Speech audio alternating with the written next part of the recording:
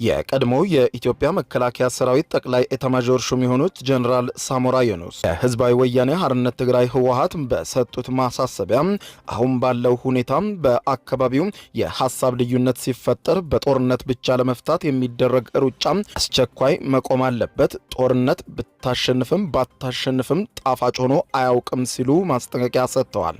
ከዚህ ቀደም የተፈጸመው ከባድ ስህተት የትግራይን ህዝብ ከባድ ዋጋ አስከፍሏል ያሉት ጀነራል ሳሞራ የኑስ አሁን የትግራይ ክልል ጦርነት በቃኝ ብሏል። በሆነ አጋጣሚ የጦርነት አዝማሚያ ቢፈጠር እንኳን ህዝቡ ይህንን የመደገፍ ሐሳብ ፈጽሞም የለውም ሲሉ ገልጸዋል። ጀነራል ሳሞራ ለኢትዮጵያ ፕሬስ ድርጅት እንደገለጹት ከሆነ ከዚህ ቀደም ችግሮችን በውይይት መፈታት ባለመቻሉ የተቀሰቀሰውን ጦርነት የትግራይን ህዝብ ከባድ ጉዳት አድርሶበታል በማለት ገልጸው ህዝቡ እስካሁን ድረስ የጦርነት ጦሱ በጫንቃው ተሸክሟል። በመሆኑም እንደዚህ አይነት ከባድ ስህተት መደገም የለበትም ሲሉ በጥብቅ አሳስበዋል።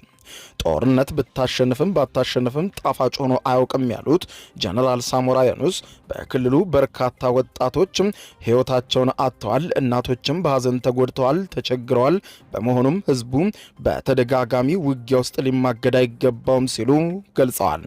በትግራይ ክልል ውስጥ ማንኛውም ችግር ወይም የሐሳብ ልዩነት ሲፈጠር በጦርነት ብቻ ለመፍታት የሚደረገውን ሩጫ ህወሓት ማቆም እንዳለበት ያሳሰቡት ጀነራል ሳሞራ የኑስ ልዩነቶችን በሰላምና በሰላም ብቻ መፈታት አለባቸው የሚል እምነትና ጽናትም እንዳላቸው አመልክተዋል።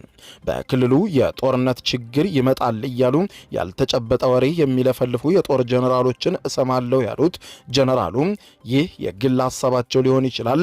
እኔ የምላቸው ግን የእውነት የህዝብ አገልጋይ ከሆናችሁ በትግራይ ክልል ያለውን የጸጥታ ችግር መፍታት የመጀመሪያው ጉዳያቸው ሊያደርጉት ይገባል ሲሉ ለኢትዮጵያ ፕሬስ ድርጅት በሰጡት ቃለ ምልልስ ላይ አበክረው ተናግረዋል።